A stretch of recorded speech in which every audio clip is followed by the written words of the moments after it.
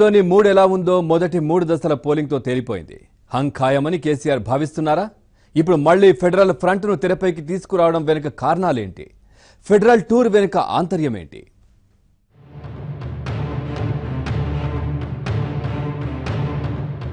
గుణాత్మక మార్పు అంటూ దేశంలో కాంగ్రెస్ బీజేపీయేతర ఫ్రంట్ కు కేసీఆర్ కంకణం కట్టుకున్నారు. పార్లమెంట్ ఎన్నికల్లోనూ దీనినే ప్రధానాస్త్రంగా కేసీఆర్ ప్రచారం చేసుకున్నారు. సారు కారు ఢిల్లీలో సర్కారు అంటూ జనాల్లోకి వెళ్లారు. 17 సీట్లతో ఢిల్లీలో చక్రం తిప్పాలన్నారు. అయితే తెలంగాణలో ఎన్నికలు ముగిసిన తర్వాత కేసీఆర్ సైలెంట్ అయ్యారు. ఫెడరల్ ప్రస్తావనను తీసుకురాలేదు. నిజానికి ఎన్నికల తర్వాత కేసీఆర్ కర్ణాటక, తమిళనాడుతో పాటు ఇతర రాష్ట్రాల్లో పర్యటిస్తారని భావించారు. ప్రాంతీయ పార్టీల తరపున ప్రచారం చేస్తారన్న వార్తలు వచ్చాయి. కానీ కేసీఆర్ మాత్రం ప్రగతి భవన్ కే పరిమితమయ్యారు. అయితే 3 దశల్లో పోలింగ్ ముగిసిన తర్వాత ఇప్పుడు మళ్లీ కేసీఆర్ ఫెడరల్ ఫ్రంట్ నినాదాన్ని ఎత్తుకున్నారు.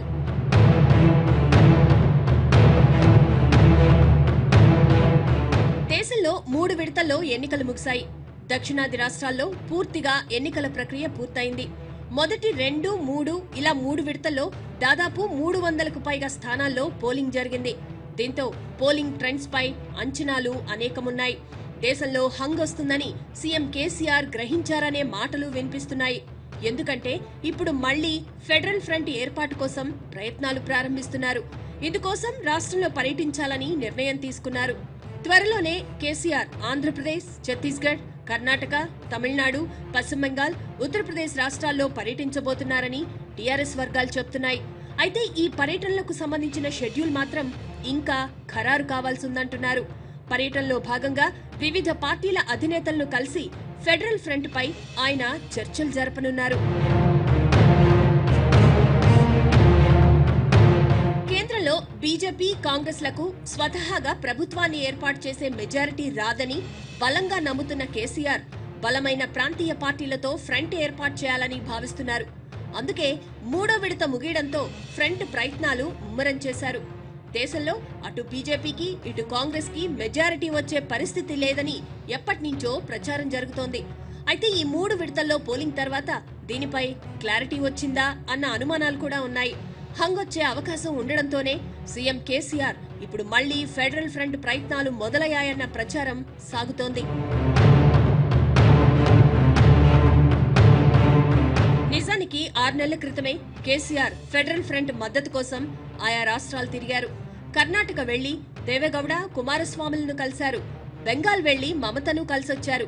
డీఎంకే అధినేత స్టాలిన్, ఒడిషా సీఎం నవీన్ పట్నాయక్ తో పాటు యూపీ మాజీ సీఎం అఖిలేష్ యాదవ్ తోనూ చర్చలు జరిపారు కేసీఆర్. అయితే తర్వాత వేగం తగ్గింది. కలిసి వచ్చే అన్ని పార్టీలను జతకలుపుకొని పోతామన్న కేసీఆర్ తర్వాత ప్రయత్నాలను ముందుకు తీసుకువెళ్లలేదు. అయితే ఇప్పుడు 3 దశల్లో ఎన్నికలు ముగిసిన సమయంలో మళ్లీ రాష్ట్రాల టూర్ చేపట్టడం ఆసక్తికరంగా మారింది. అయితే కేసీఆర్ ఫ్రంట్ ఏర్పాటు అసాధ్యమంటూ విమర్శలు కూడా వచ్చాయి. ఉంటే బీజేపీతో, లేదంటే కాంగ్రెస్ ఫ్రంట్ తో ఉండాలి కానీ 3వ ఫ్రంట్ ఏంటని సీఎం చంద్రబాబు కూడా ప్రశ్నించారు. దానికి తోడు బెంగాల్ సీఎం మమత నుంచి కూడా సరైన స్పందన రాలేదు. ఓవైపు స్టాలిన్, కుమారస్వామి, మమత, అఖిలేష్ లాంటి నేతలు రాహుల్తో టచ్లో ఉన్నారు. వీళ్లంతా కాంగ్రెస్ కు మద్దతుగా నిలుస్తున్నారు. దీంతో మిగిలిన ప్రాంతీయ పార్టీలతో ఏకంగా కేంద్రంలో అధికారంలోకి రావడం అసాధ్యం. అయితే కేసీఆర్ మాత్రం చక్రం తిప్పుతానంటున్నారు. అయితే లోక్సభ ఎన్నికలు ముగిసే నాటికి ఫెడరల్ ఫ్రంట్ కు దేశవ్యాప్తంగా విస్తృత ప్రచారం కల్పించడం, ఉమ్మడి ఎజెండాతో ఆయా పార్టీలను కలుపుకుపోవడం వంటి లక్ష్యాలతో కేసీఆర్ టూర్స్ ఉండబోతున్నాయని సమాచారం.